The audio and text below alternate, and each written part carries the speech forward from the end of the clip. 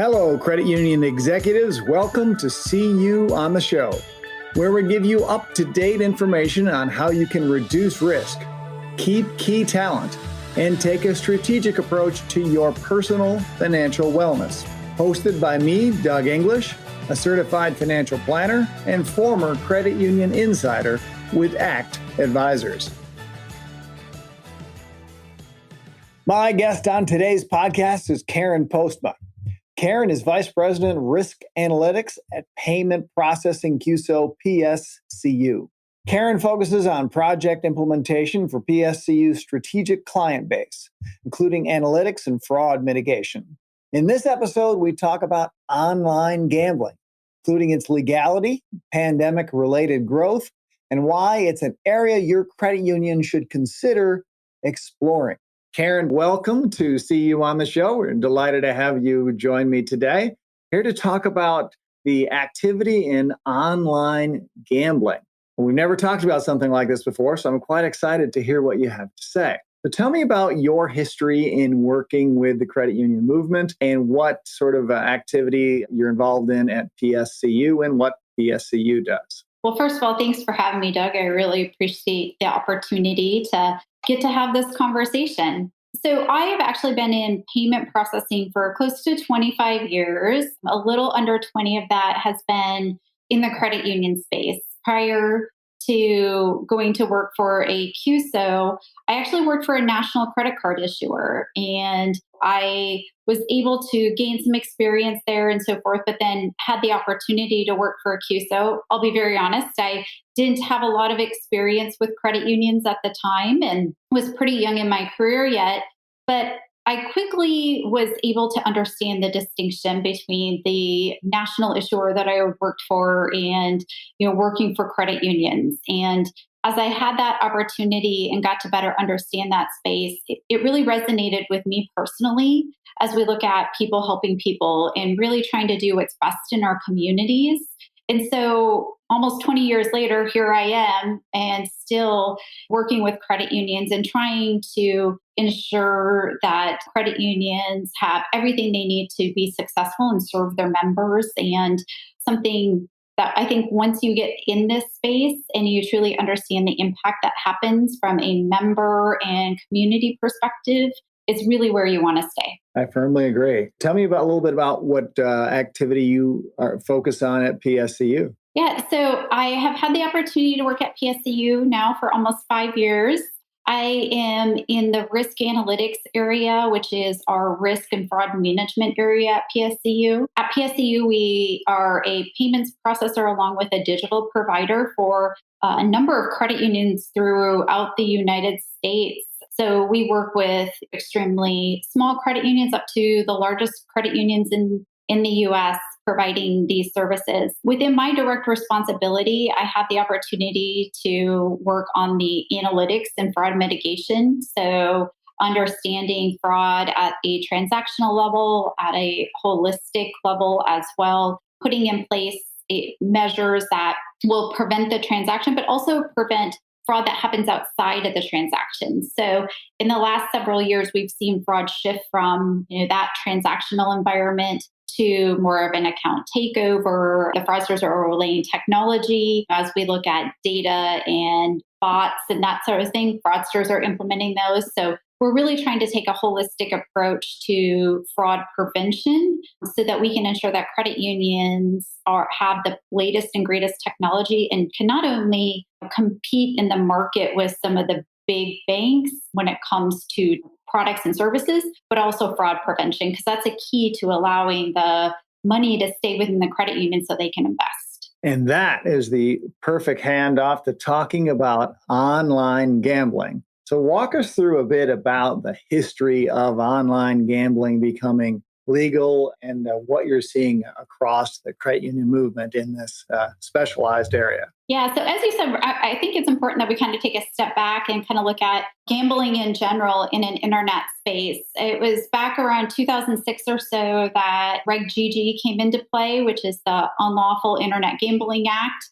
At that time, yes, we used the internet, but it isn't what it was today. We didn't necessarily have a whole bunch of internet gambling transactions. And what we did see back then, a lot of it was foreign. There was preventative measures put in place in order to prevent like money laundering and all those kinds of things. And the key to that act is really the word unlawful. It was very difficult to understand what unlawful meant. So a lot of financial institutions took the broad brush approach. Hey, I'm just going to block all internet gambling transactions. Back then, from a classification perspective, we had one, what we call merchant category code that allowed us to do that. And it was a set it and forget it kind of thing.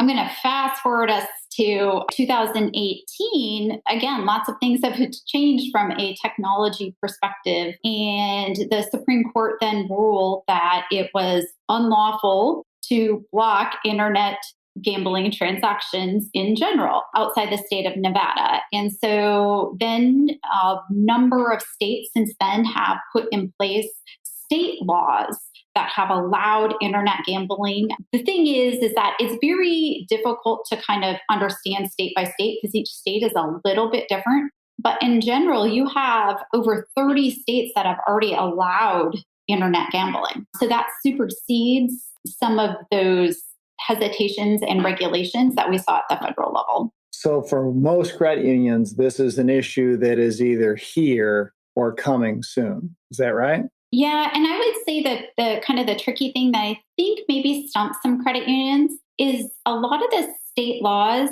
only apply when you're in that state. So if you live in a state, one of the 7 states, there's only 7 states that have not at least have some legislation in flight right now or have enacted. Let's say you live in one of those states that just says, hey, we're not touching this, so it's still unlawful. If you have a member that is either living or goes on vacation or is in one of those other states, their state laws apply, not necessarily yours.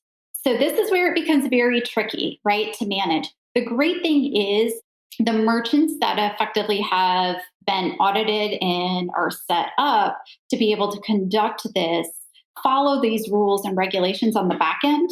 They can understand from your IP address and all of those kinds of things, where you're at, what the state laws are, those sort of things. So there are controls being set up at both the Visa and MasterCard level that allow us to be able to have the opportunity to comply with your state and federal laws, but also allow your members to transact. So there's been a lot of work done since 2008 in the infrastructure to allow these transactions. In the last couple of years, there's been a couple of changes that have happened in the world that caused us to change our behaviors a little bit. I'm not sure if that may have happened to you or not, Karen, but it certainly happened to me. So how has the activity in online gambling changed pre and post pandemic? So that's a very fascinating question because I think anything we talk about in a pre-pandemic, post-pandemic kind of world. And so gambling in general is not any exception to that. And quite honestly, it's one of those areas in which we have seen a really, really big shift. And so think about it pre-pandemic. As a credit union, did you have members that went to your local casino or on vacation, did gambling in a casino? I've been working with credit unions, like I said, for almost 20 years. I don't know any credit union that said, oh, nobody can necessarily gamble in a casino. From that perspective, 2020 hit, we're not going anywhere. Nobody's going to a casino. Nobody's doing anything, right? And so all of a sudden, you had these laws and rules and legislation that came into play in 2018. You're starting to build out that infrastructure for allowing internet gambling. You're not getting any gambling activity coming to casinos. And so people look to the internet, just like they did when they looked to buy their groceries, buy their clothing, buy your household cleaning supplies that were so hard to find. So they looked to the internet for their entertainment as well. And so we saw a huge shift from card present and those kinds of things into a card not present internet gambling activity. So PSCU actually did a study around the level of increase. And if you compare like February of 2020, which was really right before the pandemic really hit, to February of 22, In the debit space, we saw a 500% increase of internet gambling transactions. And in the credit space, a 300% increase in transactions. Wow. Yeah, it was huge. Now, I don't want to mislead anybody because the volume of internet gambling transactions in general is still fairly small when you look at it. In the debit space, it's about 0.5% of your overall transactions. And in the credit space is like 0.2%. But it's the level of increase that we were really looking at from a trending perspective, as PSCU does a lot of research from the aspect of what's up and coming, what do we need to watch out for, where are those growth opportunities for our credit unions. And this is a space that we really felt was imperative to share because it's, like I said, from a volume of perspective of transactions, it's super small, but that growth gives us some insight that this might be an area we want to explore now versus later so that we can capture some of that revenue stream. Yeah, your members are doing it somewhere. Yes. So you talked about the volume. You talk a little bit about the fraud issues that I assume are what keeping some credit unions away from this space. Yeah, and whether it's reality or perceived is kind of a question, right? So as credit unions, not only do we want to do the best for our credit union, but we feel like there is a component of us overseeing financial wellness for our members as well. And so I think between the perception, and please do hear me, there is fraud in this space, right? I'm not going to say there isn't because there's fraud everywhere, but I think there's a bigger perception of fraud combined with the need to protect our members from a financial wellness perspective that has credit unions pulling back and saying, oh, this might be a little bit too risky. And again, I asked the question, prior to 2020, did you feel that in-casino transactions were risky, or did you prevent those? And more than likely, the answer is, yeah, we felt they were kind of risky, but we had controls in place. We still allowed them to happen. Just like all of our transactions, pre-pandemic to post-pandemic, you have to look at gambling in the same manner. You're just switching the avenue in which these transactions are taking place. But when it comes to fraud, right, I do want to highlight that in a post-EMV world, our industry has done a lot of really great things to help prevent internet fraud, right? Because one of the things that we all heard as we were looking to migrate to EMV was, oh, in Europe, all of the fraud shifted from card present to card not present, right? And so that's where it exploded. So watch out for that. A lot of the things that we've done in the industry, we've overlaid technology such as machine learning, artificial intelligence, advanced authentication in that card not present space. And so financial institutions in general are still in this kind of component. Do I enroll in these advanced authentication protocols or don't I? My advice is yes, you do. You do it before the fraud actually comes.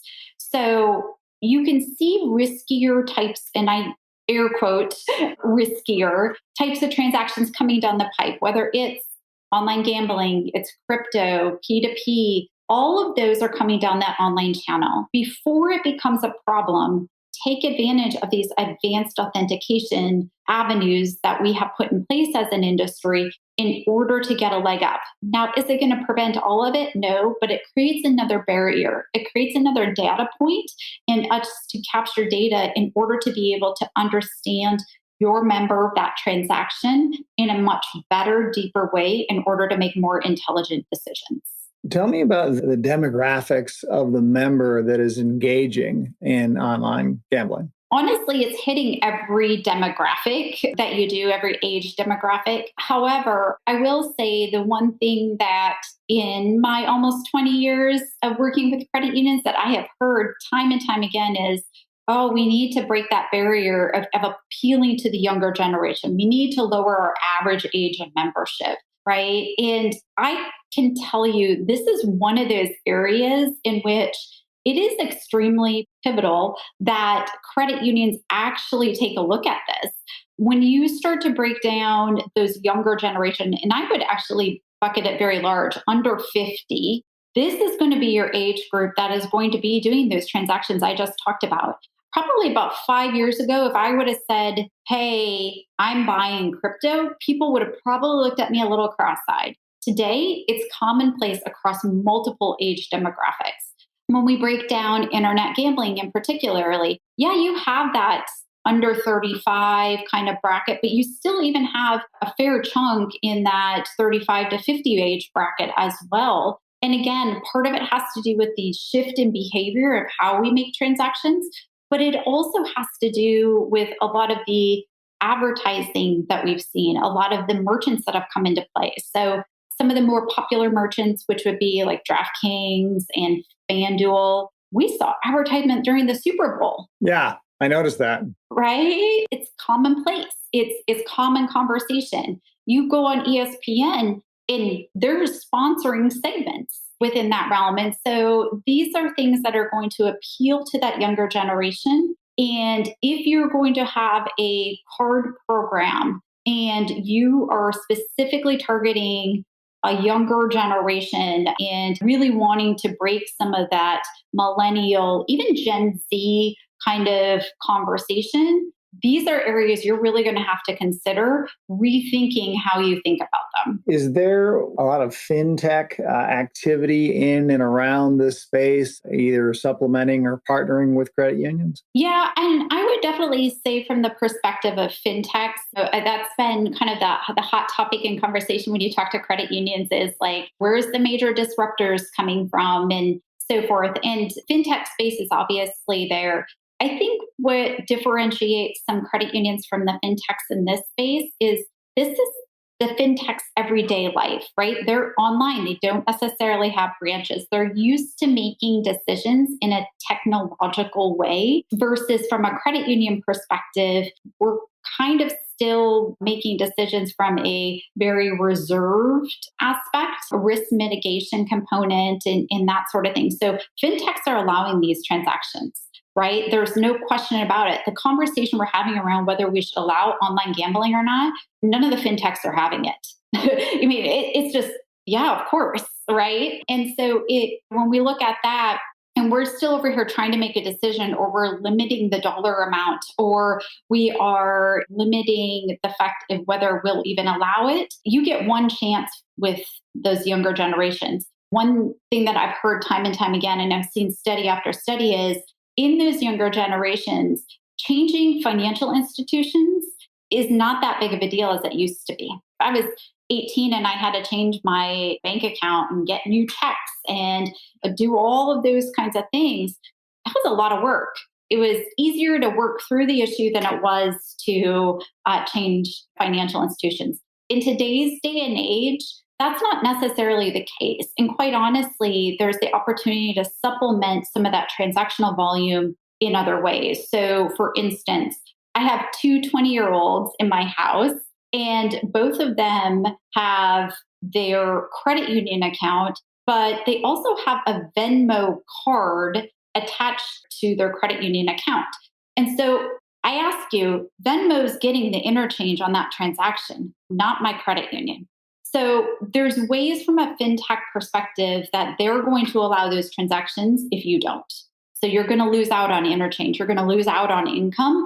And you're quite honestly losing out on that opportunity to cement that membership and that relationship by making that younger generation supplement. If in listening to this interview and thinking about this space, a credit union wants to begin to explore the area more, what should the next steps be? Yeah, I think it's kind of twofold. One is having the conversation internally to understand and get a good grasp of where you fit on that spectrum. Yeah, let's allow it and understand it and go forth, or I'm not allowing it at all. Figure out where you land, but then also work with your processor like PSCU in order to better understand the opportunity for fraud mitigations that you have, understand the opportunity you have to enhance that experience for your members, and really get a good feel for what steps you can proactively put in place in order to allow that experience you want for your members. Awesome, Karen. Well, with that, I just asked for any final thoughts for the leaders of the credit union movement about ways to think about online gambling as far as activities anything in this space, particularly best of breed ideas. Just any comments, final comments around that? All I would say, and I feel like I've said it during this interview, but is don't shut this down. I understand that there might be some hesitation around internet gambling because of our history, because of the perceived notion of fraud and the perceived notion that you're doing the best for your members. There's a huge market out there for these transactions, and people are doing it from an entertainment perspective. It's not necessarily a bad avenue for members to be able to make transactions on. And so I would highly recommend that we look at being able to support these types of transactions in order to grow our portfolio and service our members in the way that they want to be serviced. Thank you so much, Karen. Appreciate your service to the credit union movement and these forward-thinking ideas in an important area of growth. Have a great rest of your day. Thank you. You too. That's all the insider credit union knowledge we have for this episode. Are you enjoying the conversation? Be sure to subscribe and share your thoughts with other credit union leaders by leaving us a review. See you next time on See You on the Show. The opinions voiced in this material are for general information only and are not intended to provide specific advice or recommendations for any individual security. To determine which investments may be appropriate for you, consult your financial advisor prior to investing.